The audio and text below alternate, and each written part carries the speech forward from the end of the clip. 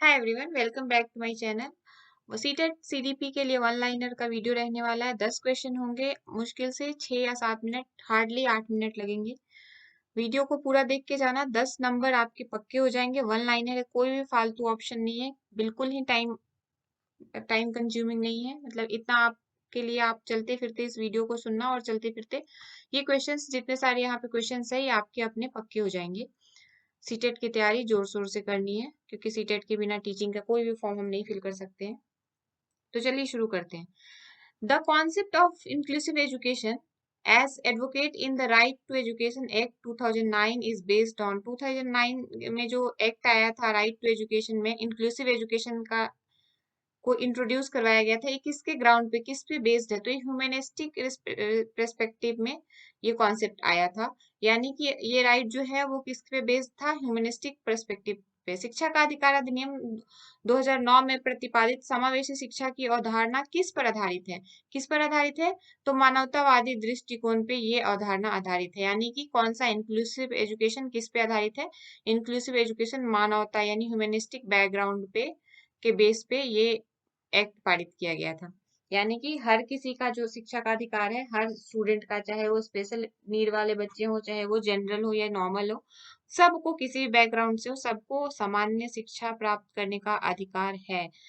ये कौन देता है? हमारी भारत सरकार, भारत का जो संविधान है वो सामान्य शिक्षा का अधिकार सभी बच्चों को बराबर देता है। In an inclusive classroom a teacher individualised education plan, एक इंक्लूसिव क्लासरूम में टीचर को कैसा एजुकेशन प्लान बनाना चाहिए? तो शुड एक्टिवली प्रिपेयर, वो जो है सक्रिय रूप से तैयार होना चाहिए। उनका जो लेसन प्लान है वो एक्टिवली प्रिपेयर हो। एक समावेशी कक्षा में एक शिक्षक व्यक्तिगत शिक्षा योजनाएं बनाता है, सक्रिय रूप से तैयारी करनी चाहिए। इसका आंसर होगा, वन लाइनर है, कोई भी फालतू ऑप्शन नहीं है। In a situation of less participation of student belonging to a deprived group in teaching learning process a teacher should be. Deprive group का मतलब होता है जिन जो इकोनॉमिकली वीक सेक्शन से आते हैं, जिनका इकोनॉमिकल बैकग्राउंड वीक है, उनको डिप्राइव ग्रुप कहते हैं। तो reflect on her own teaching and find a way improve student involvement, आप अपने तरीके से, आप अपने शिक्षण की जो प्रक्रिया है उस पर विचार करके और बच्चे को एक अच्छा इन्वायरमेंट दे सकते हैं। शिक्षण अधिगम प्रक्रिया में वंचित समूह के छात्रों की कम भागीदारी की स्थिति में एक शिक्षक को क्या करना चाहिए? तो अपने स्वयं के शिक्षण पर विचार करें और छात्रों की भागीदारी को बेहतर बनाने के तरीके ढूंढे। It's depend on you and only you. Ruhi always thinks of multiple solutions to a problem, many of which are original solution. Ruhi is displaying feature of is of a और an creative thinker. Creative thinker आपको पता होगा, divergent thinking और creative thinking, divergent thinking and convergent thinking के बारे में भी आप लोगों ने पढ़ा होगा। तो ये एक पिक्चर याद रखना, जो बच्चे, मान लो ये प्रॉब्लम है और इसके कितने तरीके से जो सॉल्यूशन ढूंढते हैं, वो बच्चे कौन से होते हैं? वो बच्चे होते हैं एक प्रॉब्लम के बहुत सारे सॉल्यूशन ढूंढ लेते हैं। वो बच्चे कौन से होते हैं? क्रिएटिव थिंकर होते हैं। कौन से होते हैं वो बच्चे? भाई क्रिएटिव थिंकर होते हैं। और इस क्रिएटिव थिंकर को क्या कहते हैं और किस नाम से भी जानते हैं? डाइवर्जेंट। और आई होप कि आप लोगों को कन्वर्जेंट थिंकर भी ऐसे ही पता होगा। कन्वर्जेंट थिंकिंग क्या होती है, डाइवर्जेंट थिंकिंग इसको कहते हैं। ये याद रखना, डाइवर्जेंट थिंकिंग।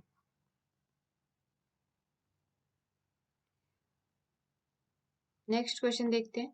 रूही हमेशा एक समस्या के कई समाधानों के बारे में सोचती है, जिनमें से कोई कई मूल समाधान होते हैं। रूही एक ऐसी एक विशेषता प्रदर्शित करती है, रचनात्मक विचारक।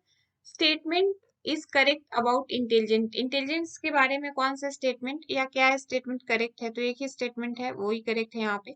Intelligence is multi dimensional, intelligence कैसा है? मल्टी डायमेंशनल है।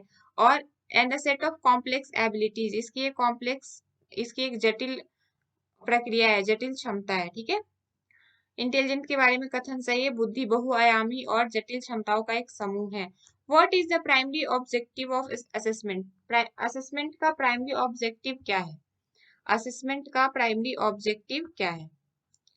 तो understanding children's clarity and confusion about related concept, किसी भी चीज के असेसमेंट का जो प्राइमरी ऑब्जेक्टिव होता है बच्चे के कॉन्सेप्ट की कितनी क्लैरिटी है, इसलिए जब हम कुछ पढ़ा देते हैं और उसके बाद हम उसको असिस्ट करते हैं, यानी उसका कोई एग्जाम काइंड ऑफ लेते हैं, तो या कोई क्वेश्चन पूछते हैं, तो क्यों पूछते हैं, हम इसलिए पूछते हैं ताकि उस हमें पता चल जाए कि उस बच्चे की कॉन्सेप्ट क्लियरिटी कितनी है।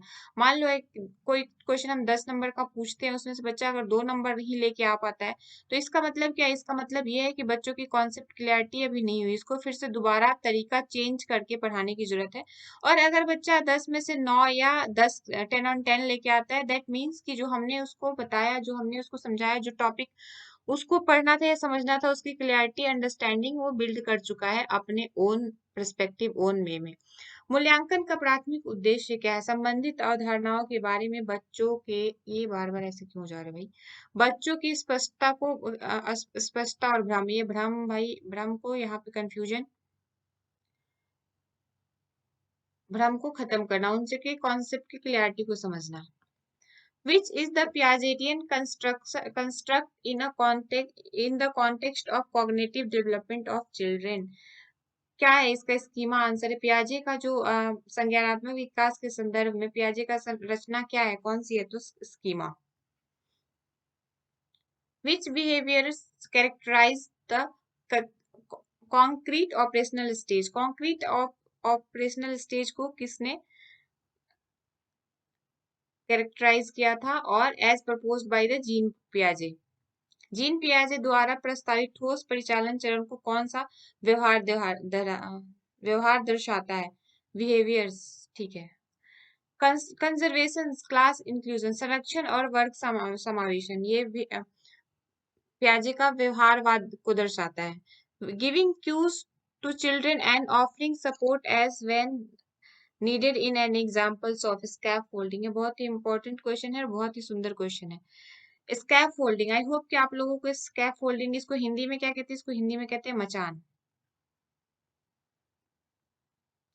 हिंदी में याद मत रखना, इंग्लिश में आता है मचान, स्कैफ फोल्डिंग। इसका सिंपल सा मतलब है कि किस बच्चे के जो सीखने का स्तर होता है ना, दो तरीके का होता है। बच्चे के सीखने का स्तर कितने तरीके का होता है, दो तरीके का होता है। पहले स्तर में बच्चा खुद ही सीख रहा होता है, पहले स्तर में बच्चा खुद से सीख रहा होता है, लेकिन दूसरे स्तर में पहुंचने के लिए बच्चों को किसी की हेल्प की जरूरत होती है, चाहे वो टीचर हो, चाहे वो उसके मम्मी पापा, भाई बहन, सोसाइटी में कोई भी पर्सन हो, तो वो जो उससे हेल्प लेता है उस दूसरे अपने लेवल तक, दूसरे दूसरे लेवल तक पहुंचने के लिए, उस चीज को क्या कहते हैं, स्कैफ फोल्डिंग कहते हैं, मचान। अगर गांव देहात में जो लोगों को समझ में आता होगा, मचान किसी भी चीज को पे चढ़ के ऐसे कुछ बनाया जाता था जो दूसरे लेवल तक पहुंच सके, इस शब्द को ये, ठीक है। बच्चे को संकेत बच्चे को संकेत देना और आवश्यकता पड़ने पर सहायता प्रदान करना किसका उदाहरण है, मचान, मचान मतलब scaffolding. Which theorist while viewing children as active seeker of knowledge emphasize the influence of social and cultural content on their thinking, तो इसको किसने बताया था, लेव वाइगोत्स्की ने। लेव वाइगोत्स्की जब बात आती है तो आप हमेशा याद रखना किस पे बात करते हैं, समाज पे बात करते हैं और संस्कृति पे बात करते हैं। ये किस पे बात करते हैं हमेशा, लेव वाइगोत्स्की जो है कल्चर पे बात करते हैं और ये कल्चरल रिलेटेड बात करते हैं और सोशल रिलेटेड बात करते हैं, समाज और संस्कृति पे,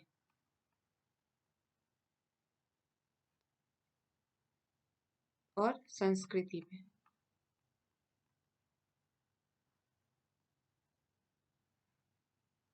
इस सिद्धांतकार ने बच्चों को ज्ञान के सक्रिय साधक के रूप में देखते हुए उनकी सोच पर सामाजिक और सांस्कृतिक सामग्री के प्रभाव पर जोर दिया है, लेव वाइगोत्स्की ने। इसको याद रखना, इंपॉर्टेंट क्वेश्चन है। होप आपको ये वीडियो पसंद आ रहा होगा, ये सीरीज पसंद आ रहा होगा। अगर आपके काम का है तो प्लीज इस वीडियो को पूरा देखें और चैनल को लाइक एंड सब्सक्राइब करना ना भूलें। थैंक यू, मिलते हैं हम अपने नेक्स्ट वन लाइनर सीरीज में।